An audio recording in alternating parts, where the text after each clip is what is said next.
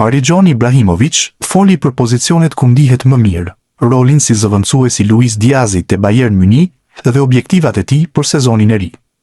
Futbollisti 20 vjeçar deklaroi se është i gatshëm të luajë kudo ku të ketë mundësi për Bayernin, edhe si zëvendësuesi Luis Diazit. Unë mund të luaj kudo në repartin ofensiv, në të majt, në të djathtë, si numër 10 ose si sulmues. Te Heidenheim madje kam luajtur edhe disa ndeshje si mbrojtës i djathtë. Diaz është një djalë shumë i mirë dhe me humor, i cili sjell shumë energji. Mezi pres të kaloj kohë me të dhe mund të mësoj shumë prej tij, sidomos sa i përket stilit të tij të lojës dhe kreativitetit. Kur ishim në Tokyo 3 vite më parë, luajtëm kundër Liverpoolit dhe Diazit. Pas vërshëllimës së fundit, shkëmbyem fanellat, tregoi futbollisti shqiptar, i cili është në listën e atyre që po monitorohen nga FSHF. Interi po kërkon me ngulm Musa Diaby, dhe për këtë, në marrëveshjen me Al Ittihad, mund të përfshihet Kristian Aslani. Zikaltërit duan ta largojnë menjëherë mes fushorin e kombëtares shqiptare. Nuk do të jetë e lehtë, duke qenë se për Aslanin janë investuar rreth 15 milion euro. Sa i përket Diaby, operacioni mund të shkojë drejt konkretizimit nëse përfshihet një lojtar ose francezi pranon urjen e pagës. Pavard ose Aslani janë alternativat që Interi i ofroi Al Ittihadit. Diaby është 27 vjeç dhe do të kontribuonte në krahun e djathtë të sulmit, dhe jo vetëm. Bayer Leverkusen mbetet po ashtu në garë për shërbimet e tij. Christian Shpendi pritet të vazhdojë aventurën me Cezenën dhe të jetë pika kryesore e sulmit për sezonin e ri. Pavarësisht interesimit të vazhdueshëm që ka shoqëruar emrin e tij gjatë periudhave të fundit, klubi italian nuk ka marrë deri tani asnjë ofertë konkrete që do ta binte për një transferim të sulmuesit shqiptar. Sipas mediave italiane, nëse nuk vjen një propozim i jashtëzakonshëm, Shpendi do të mbetet pjesë e skuadrës bardhëzi dhe do të udhëheqë repartin ofensiv. Drejtuesit e klubit kanë nisur kontaktet me përfaqësuesit e tij, Fali Ramadanin dhe Romualdo Corvinon, për të rishikuar kontratën aktuale dhe për të shpërndarë më mirë kushtet financiare të marrëveshjes, e cila skadon më 30 qershor 2028. Sulmuesi shqiptar shihet si një nga pikat më të forta të projektit të ri të Cezenës, që po ndërton një skuadër të re në drejtimin e drejtorit sportiv Andrea Mancini dhe trajnerit Alessandro Diamanti. Pas një sezoni me vështirësi, klubi synon të nisë një cikël të ri dhe Shpendi konsiderohet një nga lojtarët mbi të cilët do të mbështetet ky projekt. Në repartin ofensiv, pas Shpendit është afruar De Benedetti, ndërsa në krahun e majt pritet të luajnë Fiori dhe Caprimi. Pika që mbetet ende për të zgjidhur është krahu i djathtë i sulmit, ku Cezena kërkon një lojtar më të konsoliduar për t'i dhënë më shumë cilësi skemës 4-3-3 të Diamantit. Me një buxhet më të kufizuar se sezonin e kaluar, drejtuesit po punojnë me kujdes në merkato, ndërsa disa lojtar pritet të largohen.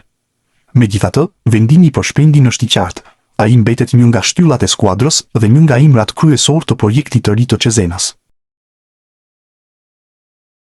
E ardhmja e Fisnik Aslanit do të jetë në Bundesligë. Sulmuesi i talentuar i Kosovës ka vendosur të ndrojë skuadër, duke zgjedhur që të vazhdojë karrierën e tij te RB Leipzig. Por sulmuesin që kishte shkëlqyer te Hoffenheim ka pasur interesim të vazhdueshëm nga klube të ndryshme, si Borussia Dortmund apo edhe Barcelona. Por në fund, ai ka pranuar ofertën e Leipzig, që ishte gati të kënaqte edhe kërkesat financiare të klubit të tij aktual.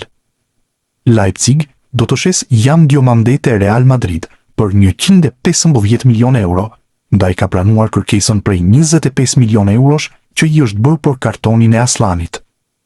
Ky i fundit nuk ka qenë në grumbullim me ekipin gjatë ndeshjeve të fazës përgatitore, në pritje të transferimit, dhe pritet që sot të bashkohet me Leipzig në fazën përgatitore në Austri dhe të prezantohet si blerja e re e klubit.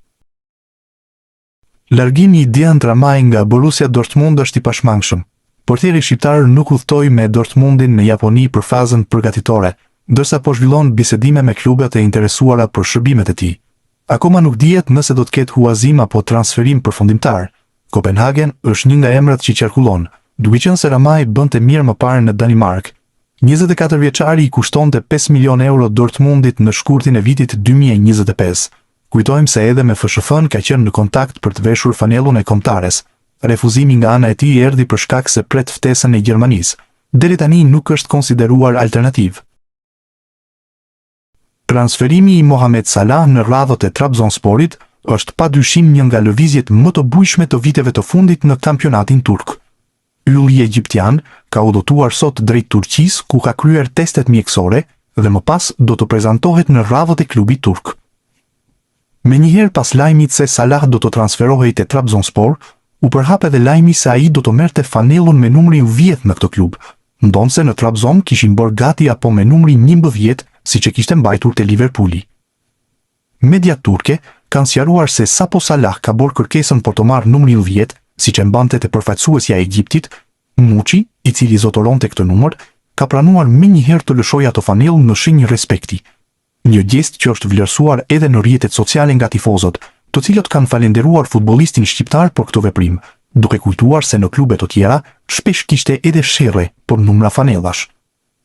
Njëkohësisht, klubi Trabzonspor është vënë në lëvizje për të ndihmuar tifozët të cilët kishin blerë dhe stampuar fanellat me numrin 11 të Salah. Trabzonspori ka bërë të qartë se do të ndërrojë falas nimrat në fanellë, por të gjithë tifozët që do të rivendosnin numrin 10.